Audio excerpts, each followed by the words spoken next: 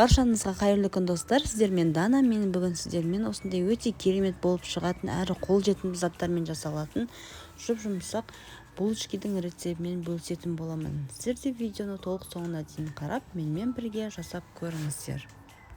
Ең алдымен ыдысымызға жылы сүтімізді, оның үстінен 2 ас қасық қантымызды, ашытқымызды және де 3 ас қасық ұнымызды салып, кішкене араластырып, бетін жауып, массамыз көтерілгенше 5-10 минутқа қойып қоямыз. Міне біздің массамыз осылай болып көтеріледі. Енді осының үстінен қалған қантымызды, тұзымызды, жұмыртқамызды салып, бір араластырып аламыз.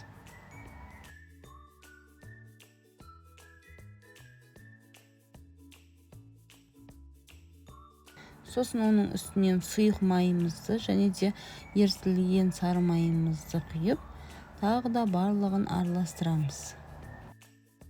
Енді осы массамыздың үстінен електен өткізілген ұнымызды осылай ең алдымен венчикпен араластырып, кейін екінші бөлігін осылай видеода көрсетілгендей қолымызбен араластырып, қамыр илеп аламыз.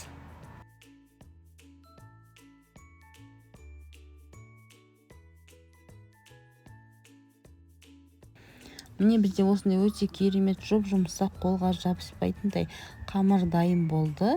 Енді осы қамырымызды алып, жаңағы ыдысымызға кішкене май жағып жіберіп, үстінен қамырымызды салып, бетін жауып, жылы жерге 1 сағатқа қойып қоямыз.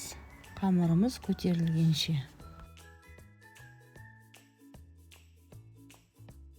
Мінекей біздің қамырымыз көріп отырғандарыңыздай шамамен 1-1,5 сағатта осындай керемет болып көтеріліп шықты. Енді бізге ыңғайлы болу үшін қамырымызды осылай қолымызбен басып алып, бөлшектерге бөліп шығамыз. Қамырларымыз бірдей шығу үшін таразының көмегімен барлығын өлшеп бөліп алсаңыздар да болады.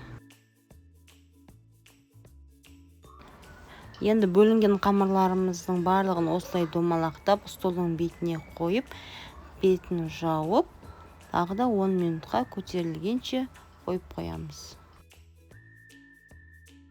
Қамырларымыз осылай көтерілгеннен кейін шетінен біртіндеп ала отырып, осылай видеода көрсетілгендей жайып, ортасына қоспамызды салып, мен варенка қостым. Варенка салынған жерін қатты жабыстырып біріктіреміз, себебі біздің варенкамыз сыртқа ағып кетпеуі қажет. Мен булочкиларымды осылай рогалики түрінде түйіп алдым. Сіздер де өз қалауларыңыз бойынша кез келген формада жасай берсеңіздер болады. Және де салмасына мейізді, нутелланы, шоколадты қоса берсеңіздер болады. Ол маңызды емес.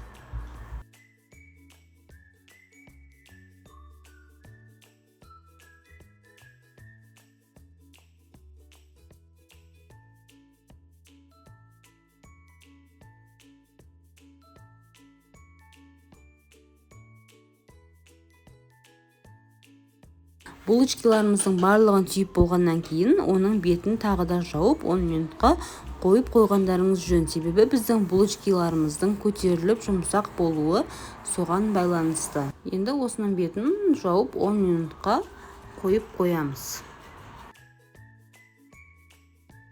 Булочкиларымыз осылай болып көтеріледі. Енді оның үстінен жұмыртқамызды жағып, қызып тұрған 180 градус пеште 20-25 минуттай пісіріп аламыз.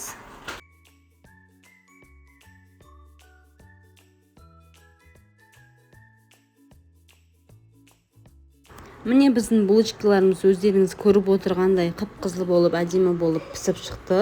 Енді суығаннан кейін мен осылай үстінен қант ұнтағын сеуіп шықтым. Оны себу маңызды емес, сеппесеңіздер де болады. Сіздерге де осы рецептпен дайындауға кеңес беремін, себебі өзіңізге де балаңызға да ұнайтынына сенемін. Видеоны толық соңына дейін қарап, маған лайк басып, тіркелуді ұмытпаңыздар. Сау болыңыздар.